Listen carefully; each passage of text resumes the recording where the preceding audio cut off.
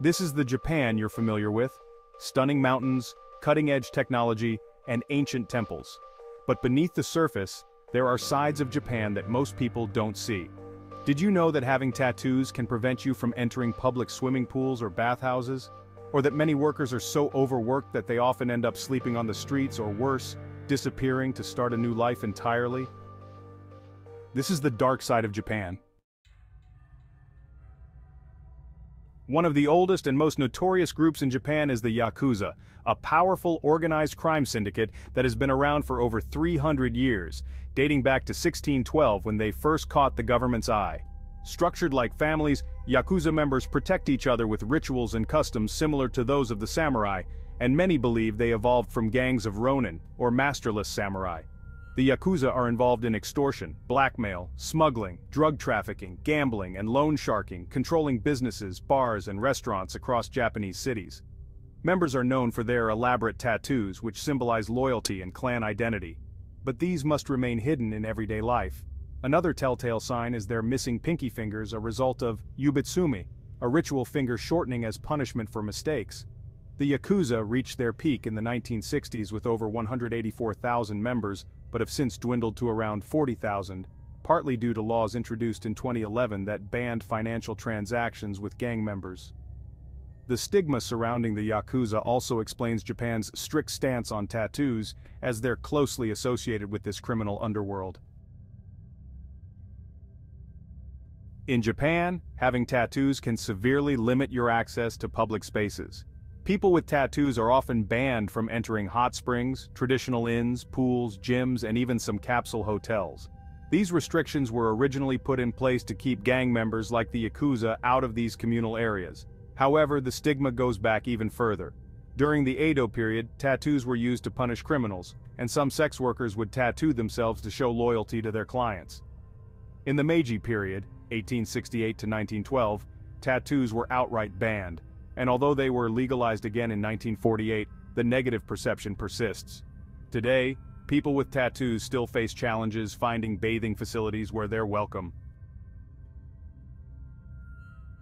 You may be familiar with the Fukushima disaster of 2011, when a 15-meter tsunami disabled the Fukushima Daiichi reactors, leading to a catastrophic nuclear accident with 3 core meltdowns. This event was rated Level 7 on the International Nuclear and Radiological Event Scale, the most severe level possible. Fast forward to August 2023, when the Japanese government decided to release treated radioactive water into the Pacific Ocean. This move was backed by the UN, as the water's tritium levels were found to be 1,500 becquerels per liter, well below the 60,000 becquerels per liter safety standard. However, the decision sparked international backlash. China immediately banned all Japanese seafood products, while protests erupted in Japan, Hong Kong, and South Korea. Online discussions on platforms like Reddit have seen some downplaying the risks, comparing the radiation levels to that of bananas, suggesting there's little cause for alarm. But concerns remain, as many feel the water is just being diluted with seawater to lower tritium concentrations, rather than eliminating the danger. To address public fears, Japan's Prime Minister Fumio Kishida ate fish caught from Fukushima in a widely shared video. Ironically, China, which imposed a ban on Japanese imports, has a nuclear plant that releases about 3 times more tritium than Fukushima. South Korea's Kori nuclear power plant also releases similar levels, highlighting a complex and ongoing debate over safety and environmental impact. Japan is also home to a unique phenomenon not commonly found elsewhere: Maid cafés. These are cosplay-themed establishments where staff dressed in elaborate maid outfits serve customers. Popular among otaku fans, Akihabara alone boasts around 60 of these cafés. While visiting a maid cafe can be a fun and whimsical experience, there's a darker side to this industry. Many maids work in highly stressful environments, and some even experience panic attacks during their shifts. The pressure to maintain a slim figure is intense, with strict rules against weight gain. Additionally, there's a hierarchy among the maids, with foreign staff often placed at the lower end. Customers sometimes discuss maids in inappropriate and sexually explicit ways on forums, adding to the industry's complexity and challenges. One unique aspect of Japanese work culture is the concept of the salaryman. These are salaried white-collar workers known for their extreme loyalty to their companies.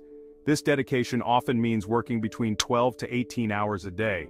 In fact, they're sometimes referred to with derogatory terms like company dogs or corporate livestock. A typical day for a salaryman starts early, with the challenge of squeezing into overcrowded trains. These trains are so packed that there's a designated staff member whose job is to push people in. After enduring long office hours, salarymen often unwind in late-night spots like izakayas or pachinkos. The demanding work schedule can be so exhausting that some salarymen end up sleeping on the street, in trains, or on sidewalks. Many families find themselves barely seeing their fathers due to these grueling hours. The intense workload takes a toll on health, leading to issues like heart conditions, strokes, and severe mental stress. In Tokyo, it's not uncommon to see people having emotional breakdowns in public, but sadly these incidents have become so frequent that passers-by often ignore them. The most extreme consequence is karoshi, or death by overwork. The first recorded case of karoshi was in 1969 when a newspaper employee died from a stroke at just 29. Some individuals overwhelmed by their circumstances even travel to Aokigahara, the infamous suicide forest, to end their lives. Another consequence of the high-stress lifestyle in Japan is Jouhatsu, a phenomenon where tens of thousands of people go missing each year. Jouhatsu refers to individuals who deliberately vanish from their lives. Many people choose to disappear because they feel overwhelmed by work, but the reasons for disappearing also include escaping domestic violence, debt, or the shame of job loss. In fact, there's even a whole industry dedicated to helping people disappear. While the Japanese are known for their respectfulness, discrimination still exists in the country. Japan is highly homogeneous, with over 98.5% of the population being ethnically Japanese. However, people of mixed heritage, known as Hafu, often face feelings of alienation as they are sometimes seen as outsiders.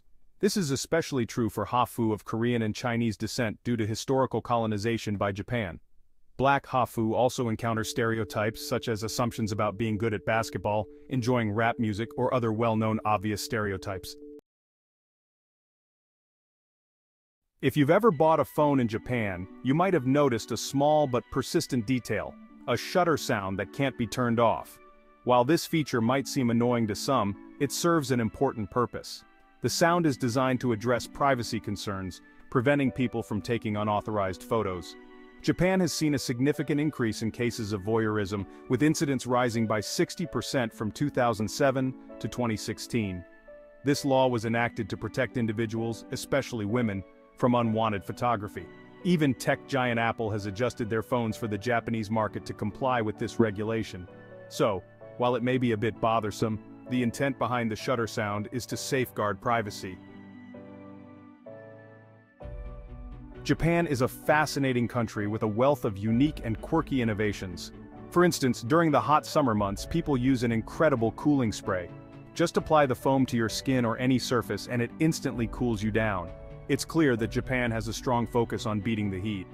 Another cool invention is the fan jacket, which features built-in air conditioning, perfect for outdoor workers dealing with sweltering temperatures. Japan is also known for its luxury fruit markets, where you can find extravagant items like the white jewel strawberry and cubed watermelons, sometimes priced in the thousands of dollars. These make for impressive gifts when visiting someone.